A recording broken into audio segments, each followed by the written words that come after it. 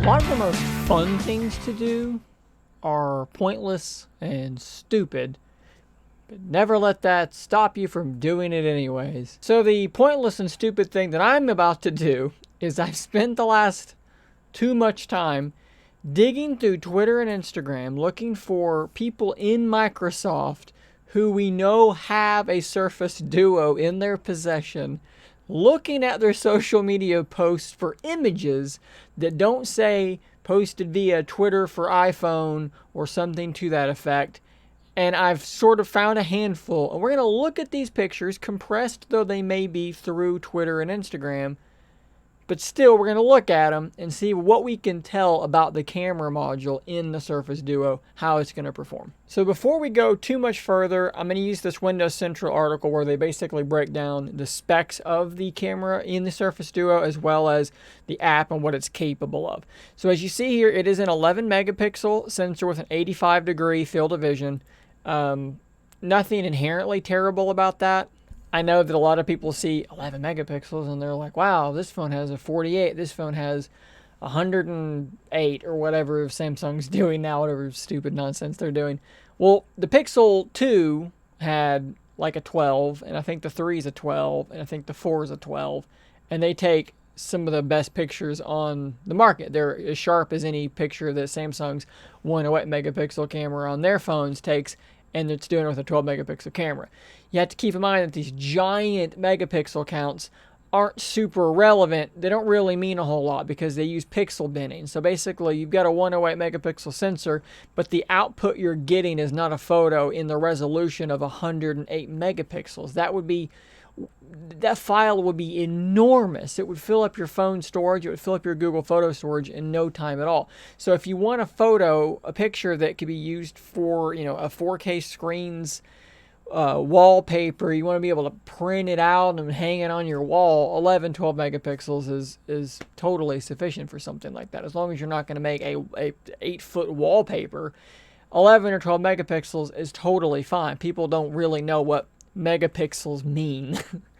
So they've got a breakdown here of the app itself. It's got photo, video, slow-mo, portrait, and panorama. So interesting that it does have portrait mode. Slow motion videos are 1080p and they're either 120 or 240 frames a second. Pretty standard stuff. Video can do 4K up to 60 frames per second. That's actually quite good as you're probably going to need. Again, this camera does 8K. You don't have an 8K screen anywhere in the world, actually, really. So it doesn't matter. 4K, 60, totally fine. In theory. Alright, so now let's move on to some actual pictures, and we're going to start with the main man himself, Panos Panay. I hope he doesn't feel too creeped out by what it is I'm about to do, because I'm about to pixel peep on his Instagram feed. If you go to his Mr. Panay's Instagram feed, you'll see he's got several pictures here. Now we have to be logical about this, alright? So this picture here has a Surface Duo in it. Now can we assume that this was taken by another Surface Duo? I don't think it's safe to do that, so we're going to move on. Here's a picture that does not have a Surface Duo in the picture.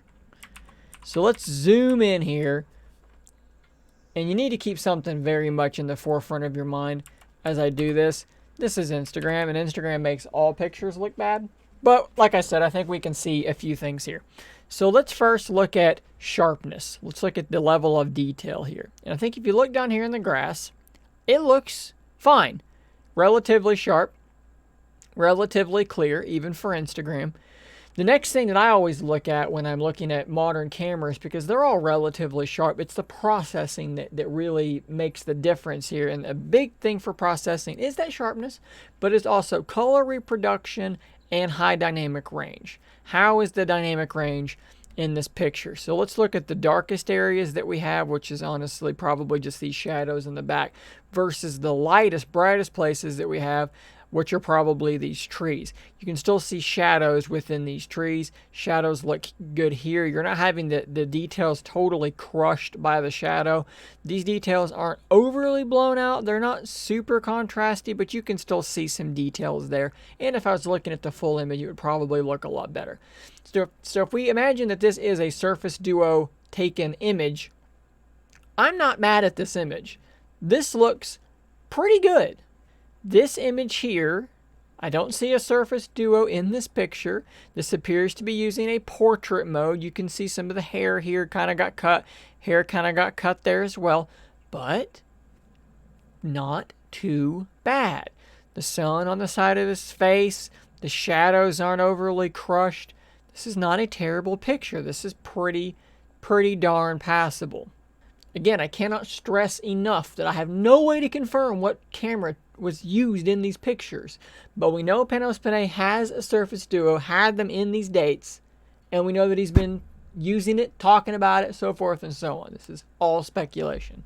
This appears to be another portrait mode image. You can see again some hair kind of getting cut here. Hair is like the absolute worst thing for portrait mode, but this is a really good shot. This is a nice picture. It's a lovely picture.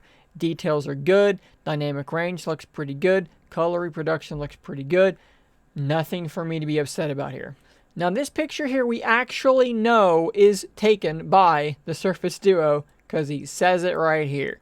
This picture, not nearly as good as the other ones were. This appears to be in a lower light sort of situation. You're getting some graininess kind of in the shadows here. Some graininess up here. Losing some detail on his hand. Perhaps his hand was moving when this picture was taken. It looks overall flat. Not a great looking picture, but this is from April 7th. This is an old picture. Entirely possible that these later pictures will look better. Could be on the Surface Duo, but with improved processing. They've gotten better. The software has been updated. It's not super weird at all because, for instance, my OnePlus 7 Pro's camera performance has improved quite a lot, actually, over the course of, the year that I've had it. Just a handful of days earlier, we got some pictures of a bagel. A bunch of bagels. Good detail. It looks a little bit flat. It's not an incredibly impressive picture, and it looks very similar in overall qualities to this image here. So if you go back much further on his Instagram feed, it's going to get really hard for me to say for sure if he's using it or not. It's hard for me to say that anyways, but past a certain point you can feel relatively strong about it. It'd be really weird if he was suddenly Instagramming images that weren't from the Surface Duo when he was earlier, and he's been carrying it nonstop since before then. But at any rate, we're going to jump over to Twitter and we're going to look at Frank X. Shaw. Highly speculative here, but we're going to continue. Here's a loaf he posted. Now we got to be careful here. Twitter for Android, all right? Now we know this guy has a Surface. We've seen him holding it in other images, so we're gonna hope for the best here. This image looks, I think that it's consistent with the other images. The color reproduction that I'm seeing so far, it's definitely going for a realistic, muted tones kind of thing here. And I'm seeing that same sort of almost graininess in the shadows. This is something that can be fixed in updates without a whole lot of trouble because the sharpness is pretty good in most other places. This image here also posted by Twitter for Android, August 4th. You're getting that same kind of low light graininess down here. This could be an artifact of Twitter and Instagram because they crush pictures. They make them look considerably worse. So take this with a pinch of salt. But overall, the dynamic range is quite good. You must see these are some shadows here, and they don't look terrible. Even the darker areas there look pretty good. Potential is not too bad. Shilpa Ranganathan, it's probably not how you pronounce that name. We have an image here that was posted Twitter for Android. You're getting that same sort of strange kind of graininess here. You can see it pretty clearly through there. Detail's not great, honestly. It's slightly out of focus. It's kind of smeared up here. It almost looks like maybe she was moving a little bit whenever she took the picture. So guys, that's about all the images that I was able to find. It seems as though some of these images look pretty good. The dynamic range looks pretty solid. Some of them, the detail looks pretty good.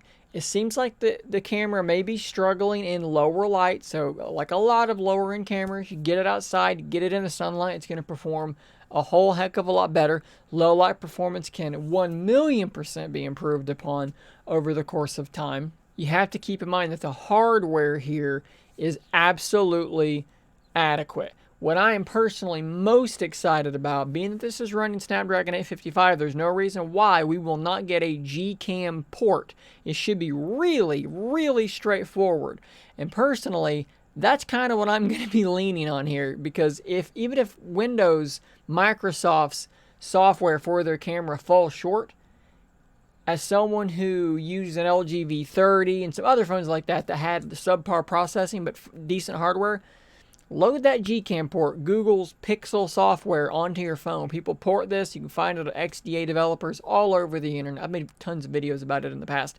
And it'll make your camera look so much better than it did before. So what I'm seeing here is a camera that is probably perfectly adequate and will probably benefit greatly from software updates and from Gcam ports. Definitely enough there for me to be excited. Thanks for joining me on this incredibly stupid, pointless exercise.